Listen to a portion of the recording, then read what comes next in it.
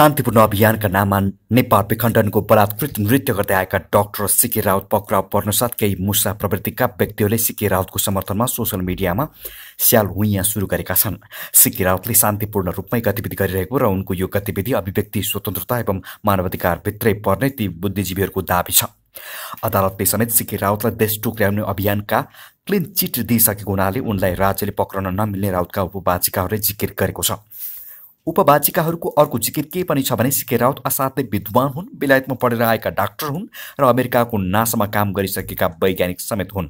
उनको पहुँच संयुक्त राष्ट्रसङ्घमा समेत छ र उनी मधेसी जनताका मुक्तिदाता नै हुन्। उनको विद्वताका सामु अरू सबै मधेसी पहाडी नेताहरू पुड्का छन्। यस्तै यस्तै स्याल हुइयाँ सुनिँदैछ राउतका वाचिका र उपवाचिकाहरूको।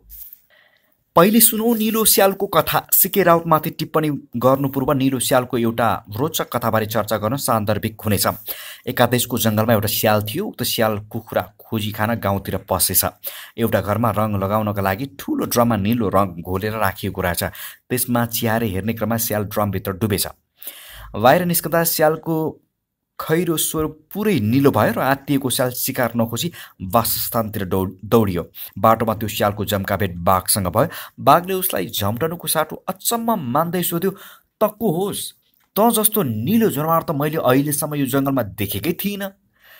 छट्टु स्यालले मौकाको फाइदा उठाउँदै भन्यो, म विशेष प्रजातिको बाघ हुँ र म अर्को जङ्गलबाट यहाँ पहिलो पटक आएको हुँ।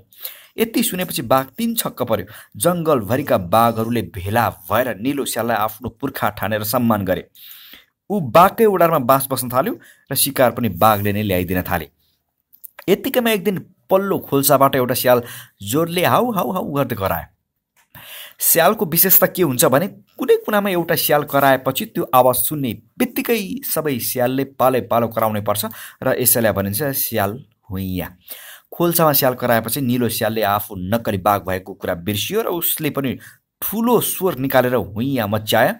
छेउमा रहेका बाघहरूले बल्ल उसलाई चिने र उसलाई तत्कालै कारवाही गरे। अहिले सिके राउत पक्राउ पर्दा निलो स्यालको लोककथालाई चरितार्थ बनाउँदै केही मानिस र संस्थाहरू यसरी कराउन थालेका छन् कि यो देशमा विखण्डनलाई कसले धुप हाल्दैछन् भनेर पत्ता लगाउन अब सजिलो भइसकेको छ। मधेस वा मधेसी मोर्चामा मात्रै होइन, राजधानीमा बसेर पत्रकार, मानवाधिकार एवं अरू विभिन्न कभरमा सिके राउतलाई सहयोग गर्नेहरू को रहेछन् भनेर पहिचान गर्न अब सजिलो भएको छ। देशलाई धोका दिने यस्ता निला स्यालहरू स्वदेशमा मात्र होइन, विदेशमा पनि छन्। 2 वर्ष पहिले सिके राउतलाई लन्डनबाट एम्नेस्टी इन्टरनेसनलले आस्थाको बन्दी बताएको थियो। नेपालबाट कृष्ण पहाडी लगायतले त्यसमा आपत्ति जनाउँदै एम्नेस्टीसँग सम्बन्ध विच्छेदको घोषणा गरिसकेका छन्। पहाडीले भनेका छन् सिके राउतलाई आस्थाको बन्दी मान्न सकिँदैन। एम्नेस्टीले मात्रै होइन, नेपालको अदालतले समेत राउतको घृणात्मक अभिव्यक्तिलाई वैधानिकता प्रदान गरिदिएका कारण उनी जेल जानबाट विगत जोगिएका छन् र विखण्डनकारीहरू खुलेआम अदालतको दुहाई दिँदै मातृभूमि विरुद्ध विखण्डनको अभियान चलाइरहेका छन्। अब दोस्रो पटक राउतको गिरफ्तारीले फेरि अदालतको पनि परीक्षण हुने मौका मिलेको छ। के अदालतले नै देश टुक्र्याउन पाइने नजिर बनाउला? यो प्रश्न निकै गम्भीर छ।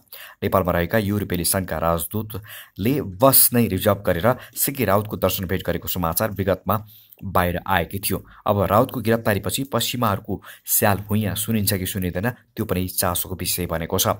उता भारतले ज्वाला सिंह र गोइतलाई भारतमा आश्रय दिँदै आइरहेको छ।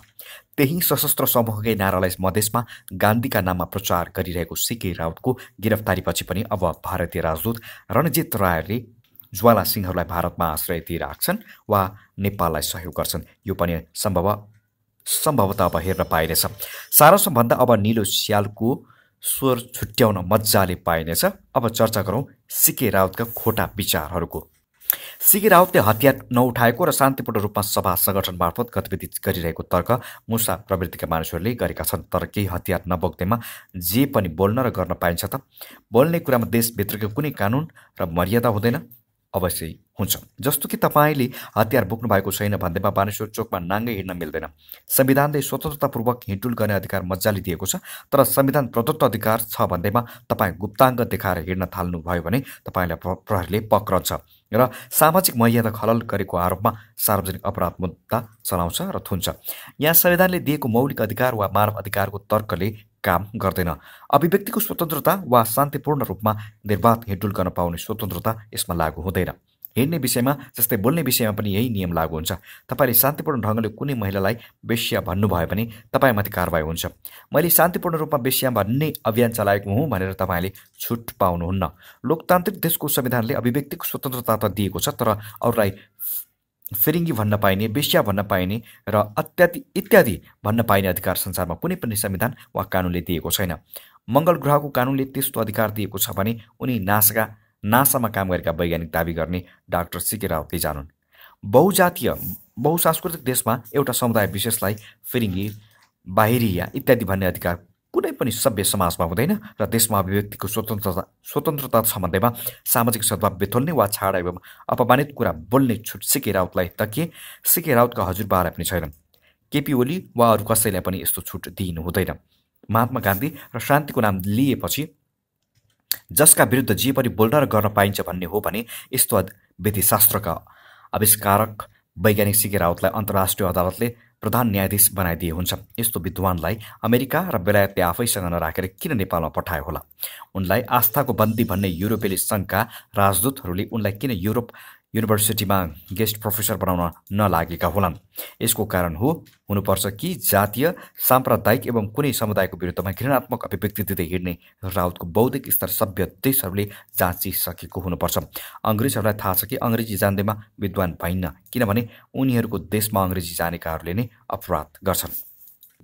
हो, डाक्टर सीके राउतले केही किताबहरू लेखेका छन्, मधेसको इतिहास लेखेका छन्, मधेसमा भएको थिचोमिचोको बारेमा पनि लेखेका छन्, तर उनले व्यक्त गरिरहेका विचार र उनको लाइन हेर्दाखेरि उनको डाक्टरीको विधा मूर्खतामा हो भन्ने निष्कर्ष निकाल्न सकिन्छ। मधेसलाई खस समुदायले उपनिवेश बनायो भन्ने राउतको निष्कर्ष सही छैन। विगतमा गोपाल वंश, लिच्छवी लगायत शासनकालमा मधेसीले नै सिङ्गो नेपाललाई नेतृत्व गरेको हो। नेपालमा पहाडीहरूका देवता समेत मधेसी समुदायकै छन्। कृष्ण भगवानको तस्बिर पहाडीको घरमा छ। कृष्णजी यादव समुदायका हुन्, जो पहाडी समुदायमा पनि पूज्य छन्। सीता, रामचन्द्र, गौतम बुद्ध जस्ता पूज्यनीय व्यक्तित्वहरू पहाड मधेस सबैका साझा हुन्। त्यसैले नेपालमा जनता मात्र होइन, भगवान समेत पहाड र मधेसका साझा छन्। यो अवस्थामा राउतले जसरी मधेसलाई अलग्गै देश बनाउने भनेर अभियान चलाएका छन्, यो नेपाल र नेपालको हितमा छैन, मधेसी जनताको हितमा पनि छैन। यो उनको मूर्खतापूर्ण र अवैज्ञानिक अभियान हो। सीके राउत साँच्चै वैज्ञानिक र विद्वान हुन्थे भने यो असम्भव मागका पछाडि युवाहरूलाई भड्काउनुको साटो वैज्ञानिक नीति अवलम्बन गर्न सक्थे, तर उनी मूर्खताको डाक्टरका रूपमा देखा परेका छन्।